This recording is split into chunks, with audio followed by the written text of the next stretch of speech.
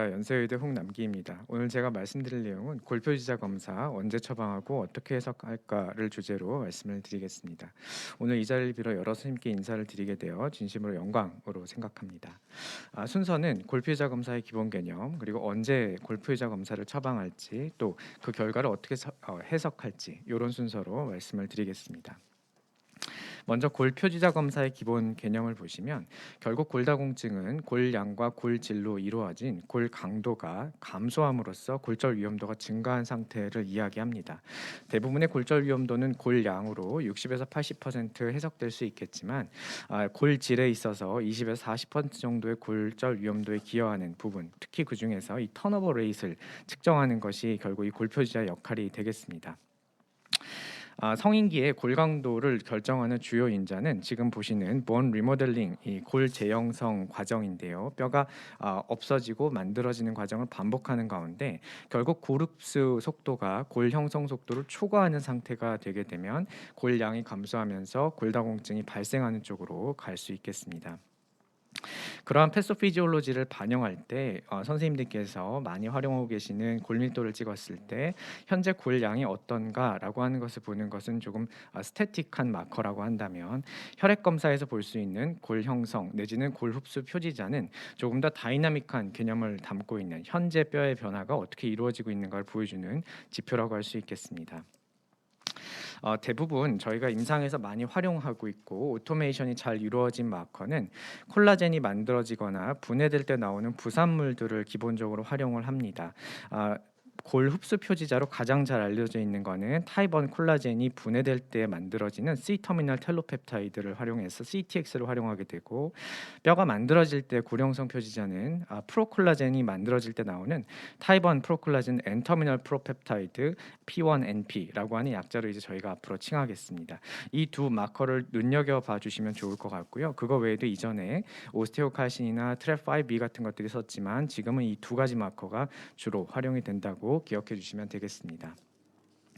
그래서 어느 정도의 레퍼런스 레인지를 갖느냐라는 걸 한국인 데이터로 Journal of Metabolism의 2019년도에 나왔던 데이터를 보시게 되면 CTX는 0.28 나노그램 per 밀리리터 정도가 폐경전 여성의 이제 평균 정도다, 이렇게 생각하시면 좋겠고, P1NP 같은 경우는 폐경전 여성, 건강한 여성의 메디안이 한 35 정도, 그리고 폐경 후가 되면 45 정도까지 올라간다, 이렇게 기억하시면 쉽게 기억하실 수 있겠습니다. 그럼 이런 골표지자 검사를 언제 처방할 것인가의 이슈인데요. 기존에 이제 골표지자 검사를 활용했을 때 어떤 도움이 될 것인가에 대해서는 많은 연구들이 있었지만 이제 주로 제시된 바는 이렇게 한 4가지 정도가 될 것 같습니다. 골 소실 속도 및 골절 위험을 예측하는 것, 또 약제 선택에 있어서 어떤 약제가 좀 더 기전적으로 도움이 될지를 한번 간접적으로 추론하는 것, 또 휴약기 중단이나 치료 재개를 결정하는 이런 것들도 물론 몇 가지 데이터들이 있지만 역시 골표지자 검사에서 가장 입증이 잘 되어 있고 중요한 역할이라고 한다면 치료 효과를 중간에 평가하고 골밀도를 찍기 전에 수능도를 평가하는 기능이 가장 임상적으로는 중요하겠습니다. 1년에 한 번밖에 찍을 수 없는 골밀도 검사에 비해서 빠르게 한 6개월, 3개월에 약의 효과가 어떠한지를 확인하고 환자분께 그러한 효과를 안심시켜드리고 치료를 계속 끌고 가는 데 있어서 골표지자 검사의 역할은 상당히 크다고 볼 수 있겠습니다. 전형적인 예로 골 형성 촉진제인 테리파라타이드 같은 약제를 썼을 때는 150에서 200% 가량 이렇게 골 형성 표지자인 P1NP가 증가하는 것을 보실 수가 있고, 뼈를 흡수하는 것을 막는 알렌드로네이트나 디노스맥 같은 약들을 썼을 때는 골 흡수 표지자인 C 텔로펩타이드가 명확하게 감소해서 유지가 되는 것을 보실 수가 있습니다. 이런 것들을 중간에 체크하게 된다면 약의 효과가 좋다라는 것을 이제 환자분께 안심시키고 치료를 끌고 나가는데 중요한 역할을 할 수 있겠고요. 더 중요한 부분은 역시 이제 요양급여가 인정이 되어야 선생님들께서 처방하시기가 좋기 때문에 이 고시 이후로는 상당히 이제 많은 부분이 개정이 되어서 약물 치료를 시작하기 전에 한 번, 그리고 6개월이나 12개월째 이렇게 1년에 2번까지 이 골 형상 표지자 하나, 골 흡수 표지자 하나를 처방할 수 있기 때문에 대부분 골 흡수 억제제를 쓸 때는 0, 6, 12개월 순으로 많이 처방을 하게 되고 형성 촉진제를 쓸 때는 처음에 약물 시작하기 전 그리고 1개월이나 3개월째 최대 아나볼릭 액션을 볼 때 찍고 그다음에 이제 12개월째 한 번 더 처방하시면 적절하다고 할 수 있겠습니다. 가격은 CTX가 13,600원, P1NP가 16,400원 정도의 보험 수가를 갖고 있고 환자 본인 부담은 5,000원 정도 되는 비율입니다. 그러면 이제 골표지자 검사를 어떻게 해석할 것인가의 이슈인데요. 장비는 대부분 CTX나 P1NP 모두 로슈 코바스 장비를 대부분 많이 활용을 합니다. 자동화된 장비로는 많지 않기 때문에 아마도 로슈 검사를 하게 될 거라고 생각하는데 로슈 검사에서 봤을 때 200명의 건강한 폐경전 여성의 20살에서 39세까지 기압 평균을 보게 되면 아까 말씀드린 대로 한 33 마이크로그램 per 리터 정도 그렇기 때문에 대규모 고릅수 억제제 치료의 임상 연구에서 타겟을 35 마이크로그램 per 리터 미만으로 잡는 근거가 바로 여기서 나옵니다. 즉 약을 썼을 때 건강한 폐경전 여성의 골 흡수 속도, 골 형성 속도 아래로 이제 안티디섭티브를 썼을 때 떨어진다면 효과가 있다라고 볼 수 있겠고 CTX 같은 경우는 외국 자료는 0.22, 한국 자료는 0.28 정도를 치료의 어떤 타겟으로 생각해 주셔도 좋을 것 같습니다. 52세 여환이 이제 검진에서 골다공증 소견으로 의뢰가 되었는데요. 폐경은 49세에 됐고 기존에 골절은 없었고 T 점수는 마이너스 2.7 유추부에서 골다공증이 확인이 되었습니다. 치료 시작하기 전에 기본 혈액 검사가 필요한 이유는 혹시 모르는 세컨더리 커즈를 감별하고 약제 선택에 영향을 줄 수 있을 뿐더러 바이타민 D 스테투스를 보는 데 중요하기 때문에 저희가 이렇게 혈액 검사를 하고 약물 치료를 대부분 시작할 때 그때 이제 같이 이 골흡수, 골 형성 표지제를 처방하시게 되면 이런 정보를 얻으실 수 있을 겁니다. 펩타이드가 이분 같은 경우는 0.524, P1NP는 47 정도였고 폐경후 한국의 여성의 메디안 레인지를 보시면 지금 이 시텔로펩타이드가 그 안에 잘 들어있는 걸 볼 수가 있고 그런데 이제 보다 보면 매우 높거나 낮은 경우들이 있습니다. 이를테면 1.274 이렇게 이제 올라 있는 경우는 어쩌면 이렇게 잘 들여다보시면 untreated 사이토톡시코시스 같은 것들이 동반되어 있는 경우들도 있고 CTX에서 0.01 이렇게 이제 떨어져 있다면 이전에 한 3개월, 6개월 전에 약을 쓴 적이 혹시 있는지를 추가적으로 환자분이 말씀 안 하셨더라도 문진을 할 수 있는 어떤 근거가 되기도 합니다. 확인을 했을 때 폐경 후 여성의 어떤 평균 정도에 있었고 어떤 세컨더리 커즈는 생각이 되지 않았기 때문에 경구 비스포스포네이트 제제를 시작을 했는데요. 약을 시작했을 때 경구 비스포스포네이트 제제를 하면 50%가량 P1NP랑 CTX가 감소할 것을 기대를 할 수가 있습니다. 반대로 아나볼릭 에이전트를 쓰게 된다면 P1NP 같은 경우는 1배 반 정도까지 증가하는 것을 이제 기대할 수가 있겠습니다. 그래서 이제 치료를 시작했고 일주일에 한 번 드시는 약이 톨러러블하여서 부작용도 없어서 잘 유지를 했는데요. 3개월 후에 내원을 하셨습니다. 그때 이제 저희가 다시 한번 혈액 검사를 진행을 했고 그 이유는 약의 효과가 효과적으로 잘 이루어지고 있는지를 골밀도 찍기 전에 한번 보기 위함이었죠.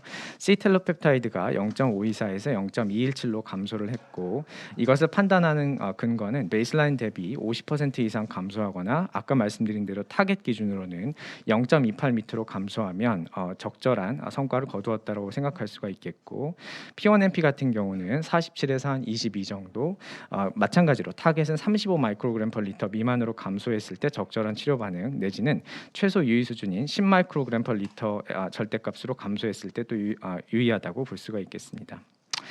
대개 이제 그런 트래젝토리를 이렇게 그림으로 그려보게 되면 한 4가지 정도의 반응으로 해석을 나눠볼 수가 있겠습니다. 위쪽에 블랙하고 옐로우 선이 이제 좋은 반응에 속한다면 레드와 그린은 조금 아쉬운 반응에 속하게 되겠는데요. 블랙 같은 경우는 까만 선은 골표지자가 처음엔 높았지만 치료를 시작하면서 잘 감소한 경우입니다. 이런 경우는 좋은 치료 반응으로 우리가 생각하고 골절 위험도 감소와 연관이 있으면 치료를 지속할 수 있을 것 같고요.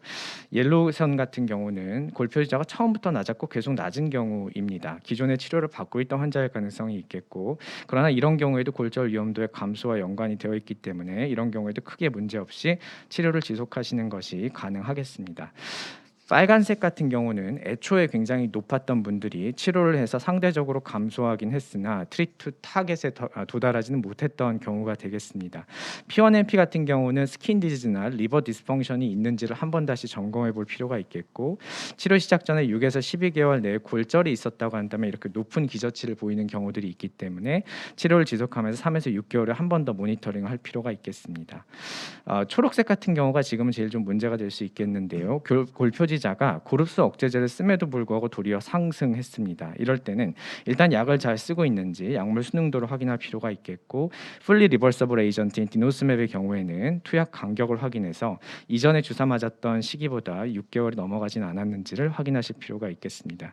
드물게는 2차성 골다공증 사이로톡시코시스가 중간에 발생하는 경우들이 있을 수 있으니 확인해 보시는 것이 좋겠고, 그래서 본터머 마커의 반응이 계속 좋지 못하다, 이 두 가지에 속한다 그러면 오럴 비스포스포네이트에서 IV나 서브큐테니어스 제제로 변경을 고려하실 수가 있겠고, 반응이 좋았지만 새로 골절이 발생했다라고 한다면 그때는 고령성 촉진제로서의 변화를 고려하실 수가 있겠습니다. CTX와 P1NP는 CTX 활용 시에 공복 아침 7시 반에서 10시 사이에 반드시 체열을 해야 되는 한계가 좀 있습니다. 그렇지만 P1NP는 식사 시간이나 체열과 무관하게 활용 가능하기 때문에 아마 여러 선생님들께서 활용하시기에 조금 더 유리한 마커일 거라고 생각이 되고요. 본터너 마커가 상승하는 것은 대부분 폐경 전후의 이제 상황이죠. 폐경이 직후에 골표유자는 상승하는 것으로 알려져 있고, 1차성 부갑상선 기능 항진증이나 임모빌라이제이션 스테투스 혹은 골절이 발생했을 때도 상승하는 것으로 알려져 있습니다. 반대로 이제 감소하는 경우는 드물지만 부갑상선 기능 저하증이나 뇌하수체 기능 저하증 등에서도 이제 감소하는 것으로 알려져 있습니다. 그래서 앞서 말씀드렸던 내용들을 하나하나 좀 요약을 간단히 해보자면, 고릅수 표지자는 CTX, 골형성 표지자는 P1NP입니다. 고릅수 표지자인 CTX의 경우에는 공복으로 반드시 체열을 하는 것이 중요하고, 식후에 체열을 한다면 그 레벨이 감소하게 되기 때문에 식사 전에 체열하는 것이 중요하겠고, 아침 7시 반에서 10시 사이에 체열하는 것이 서카디안 리듬을 갖고 있기 때문에 가장 좋다고 알려져 있습니다. 고령성 표지자인 P1NP의 경우는 식사, 체열 시간과 무관하게 활용할 수 있어서 장점이 있겠고, 언제 처방할까 하는 부분에서는 역시 보험 적용 기준이 중요할 텐데요. 골다공증 약제, 약물 치료를 시작하기 전 한 번, 그리고 대부분의 경우는 6개월째, 1년째에 처방하시면 큰 문제가 없겠습니다. 고릅수 표지자 하나와 형성 표지자 하나가 각각 보험이 되기 때문에 만약에 가능하시다면 CTX와 P1NP를 세트로 함께 처방하시는 것도 문제가 없을 것 같습니다. 일반적으로 오럴 비스포스포네이트, 아이보 비스포스포네이트는 앞서 말씀드린 대로 6개월 간격으로 처방을 해서 보실 수 있겠고, 12개월째는 골밀도 함께 보시면 되겠고요. 테리파라타이드나 로모소즈맥 같은 아나볼릭 에이전트 쓸 때는 0개월, 3개월, 12개월 내지는 0개월, 1개월, 12개월 이런 텀으로 처방하시면 좋겠습니다.